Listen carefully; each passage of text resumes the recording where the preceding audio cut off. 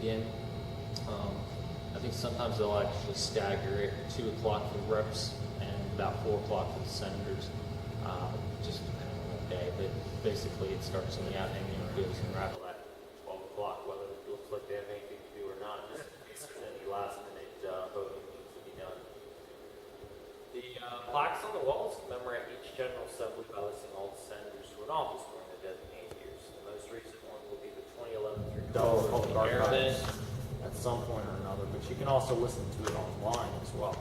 About 5 years ago, we stopped using our reel-to-reel system. Back then, it got transcribed into itself. You're welcome to go up and take a look at the Lieutenant Governor's seat, too. It's kind of neat because if you're standing where the Lieutenant Governor is, you can see the Speaker of the House and then look at it. Like that. Oops. From there. Actually, 1793, 1847, 1907 are sealed changes. We took the farmer and then hand out a seal, the first. They had the Constitution first, and that's why Delaware is the first state. Yep, that's why we're the first state to the Union. Yep. Pennsylvania, being the second state, they ratified 5 days after Delaware, followed by New Jersey, and Gettysburg. Then we have all along Delaware, and it's in Delaware, the state of Delaware. I was referring to the river first, but yeah, Valley along the Delaware.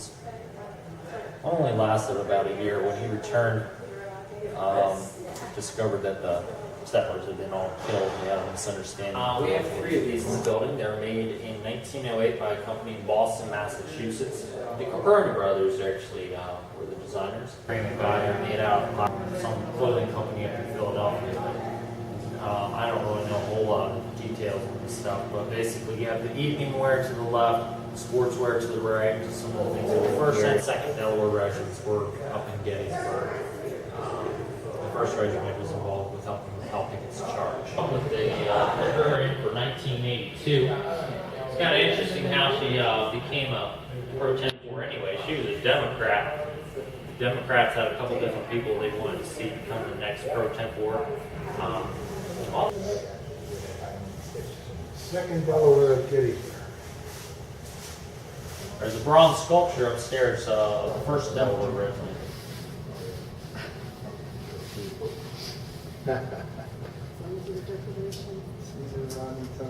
If you end up visiting the old State House on the opposite side of the building, 41 members, Republicans majority, Democrats majority. Next to the windows there again. About 5 or 6 years ago, our Republicans had the majority. They were on this side, but they lost it. So also this. We had one other independent back then too. He was right there, surrounded by Republicans. We lost him. We don't have any independents at the moment. Delaware's cross.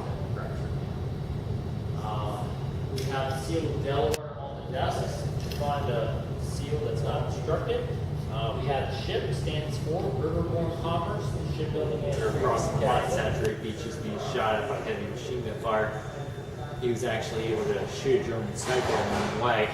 He was later shot in the leg. Wounded a second time, he was able to help. He was still there.